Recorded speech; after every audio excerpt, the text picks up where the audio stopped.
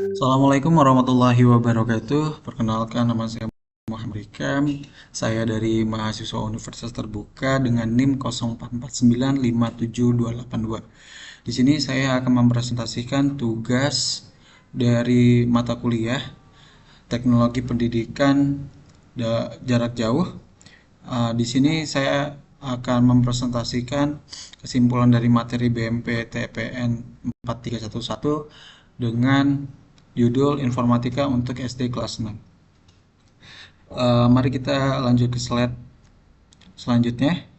Di sini ada tujuan pembelajaran. Di sini pertama saya akan menjelaskan tentang tujuan pembelajaran yang akan saya presentasikan. Yang pertama di sini ada memahami konsep dasar teknologi pendidikan, mengidentifikasi manfaat teknologi dalam pembelajaran jarak jauh, dan yang terakhir ada mengembangkan keterampilan menggunakan alat dan media teknologi untuk pembelajaran. Nah, di sini sudah jelas untuk tujuan pembelajaran dari materi yang saya presentasikan. Dan selanjutnya di sini kita akan mencoba mengerti atau memahami dulu teknologi apa sih itu teknologi pendidikan. Nah, di sini ada pengertian teknologi pendidikan. Pengertiannya apa sih? Pengertiannya adalah manfaat teknologi untuk mendukung proses pembelajaran agar lebih efektif, efisien, dan menarik.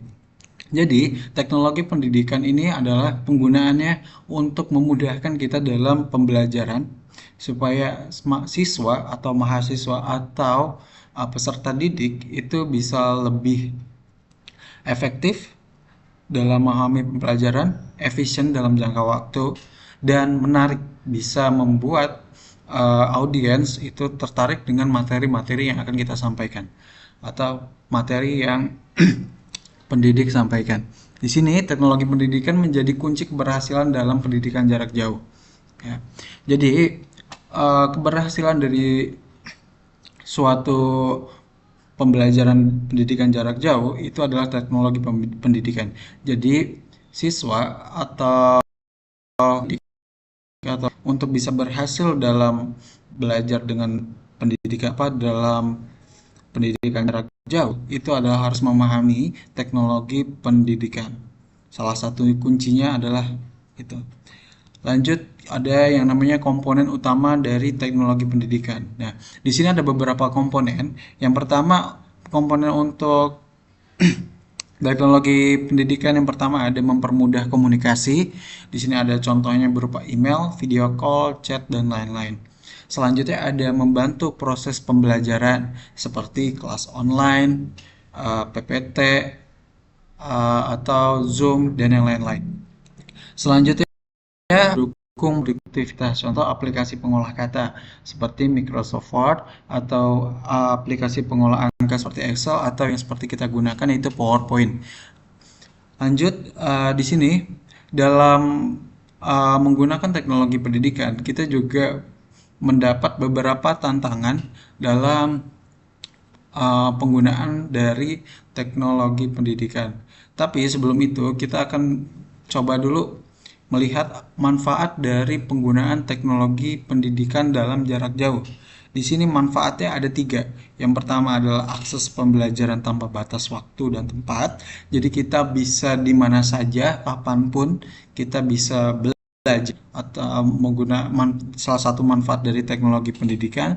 Selanjutnya adalah memperluas sumber belajar melalui internet. Seperti yang kita tahu, di era zaman sekarang atau globalisasi sekarang ini, di era digital, itu sumber informasi itu bisa kita dapatkan di internet. Banyak informasi-informasi yang sebelumnya kita tidak tahu, kita bisa mencari di dalam internet. Nah, nanti dalam internet tersebut disediakan informasi-informasi dari sumber-sumber yang berbeda-beda. Dilanjutkan ada meningkatkan keterlibatan siswa dengan konten interaktif. Jadi, siswa atau mahasiswa atau peserta didik, audiens itu bisa berinteraksi langsung dengan materi yang disajikan atau yang sudah dipelajari sebelumnya. Jadi, bisa berupa kuis, bisa berupa video interaktif maupun game.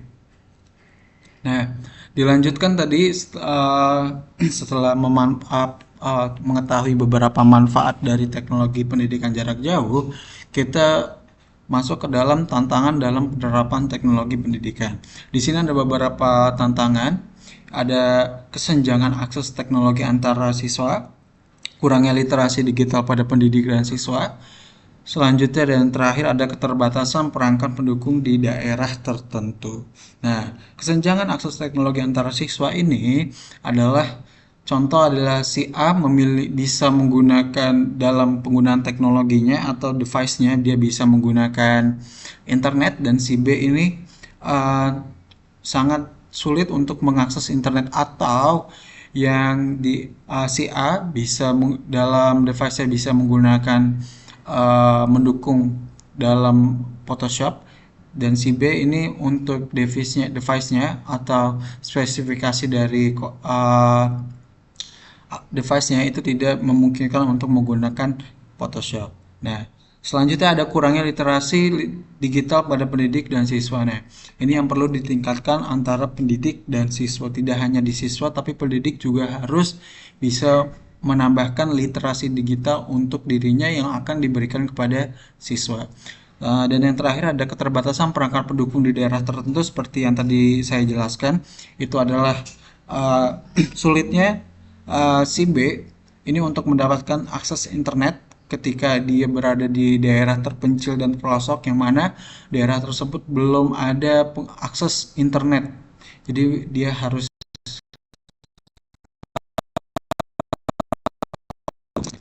Nah, di sini ada pentingnya pelatihan dan dukungan teknologi bagi semua. Ya.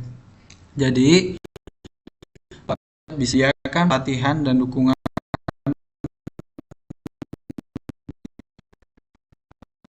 supaya mereka lebih menguasai. Selanjutnya di sini ada tadi sudah tantangan sebelumnya. Di sini ada solusi dari tantangan teknologi pendidikan. Di sini ada beberapa solusi. Yang pertama ada program pelatihan literasi digital untuk pendidik dan siswa. Yang selanjutnya ada pengadaan perangkat teknologi yang terjangkau. Dan yang terakhir adalah dukungan kebijakan pemerintah dalam infrastruktur teknologi pendidikan. Nah, di sini program pelatihan literasi digital untuk pendidik dan siswa ini bisa dilakukan oleh dari sekolah, bisa juga dari pemerintah terkait.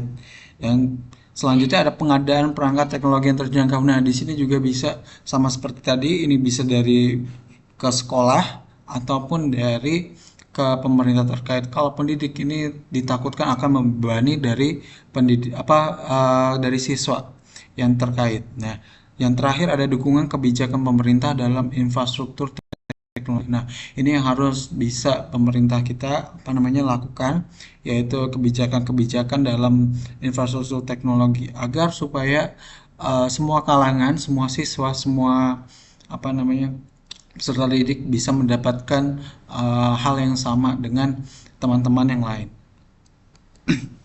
Dilanjutkan ada yang namanya implementasi media pembelajaran digital. Di sini ada beberapa langkah-langkah untuk mengimplementasi media pembelajaran digital. Di sini ada pemilihan media sesuai dengan tujuan pembelajaran, pengintegrasian media ke dalam materi pembelajaran, dan selanjutnya ada evaluasi efektivitas media dalam proses belajar mengajar. Nah, di sini kita harus selektif dalam pemilihan media. Kenapa? Jangan sampai media yang akan kita gunakan ini berbeda dengan tujuan dari pembelajaran. Dan yang kedua adalah bisa masuk ke dalam materi pelajaran yang akan kita sampaikan kepada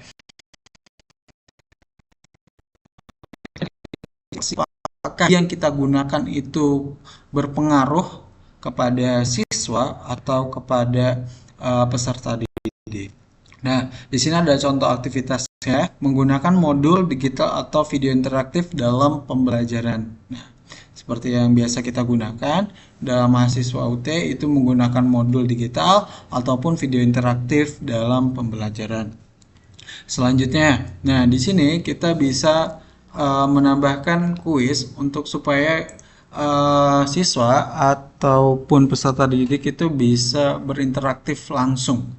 ya, dengan konten atau materi-materi yang sudah dijelaskan sebelumnya. Nah, di sini saya sudah menyematkan dua pertanyaan. Yang pertama, apa yang dimaksud dengan teknologi pendidikan? Yang kedua, ada sebutkan 3 manfaat teknologi dalam pembelajaran jarak jauh. Nah, di sini pengertian yang dimaksud dengan teknologi pendidikan apa? Yaitu adalah pemanfaat teknologi untuk mendukung proses pembelajaran agar lebih efektif, efisien, dan menarik. Selanjutnya, yang pertanyaan kedua adalah sebutkan 3 manfaat teknologi dalam pembelajaran jarak jauh. Seperti yang tadi sudah dijelaskan, ada 3 manfaat teknologi dalam pendidikan jarak jauh. Yang pertama adalah akses pembelajaran tanpa batas waktu dan tempat. Yang kedua adalah memperluas sumber belajar melalui internet. Yang ketiga dan yang terakhir adalah meningkatkan keterlibatan siswa dengan konten interaktif seperti saat ini. Oke, di sini sudah dari materi presentasi saya yang sudah saya jelaskan. Kesimpulannya adalah teknologi pendidikan adalah elemen penting dalam mendukung keberhasilan pendidikan jarak jauh.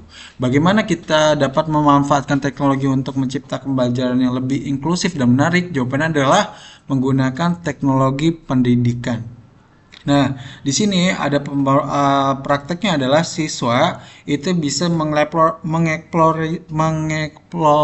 mengeksplorasi media teknologi yang mereka miliki untuk belajar secara mandiri. Oke, itu saja presentasi dari saya. Kurang lebihnya mohon maaf. Wassalamualaikum warahmatullahi wabarakatuh.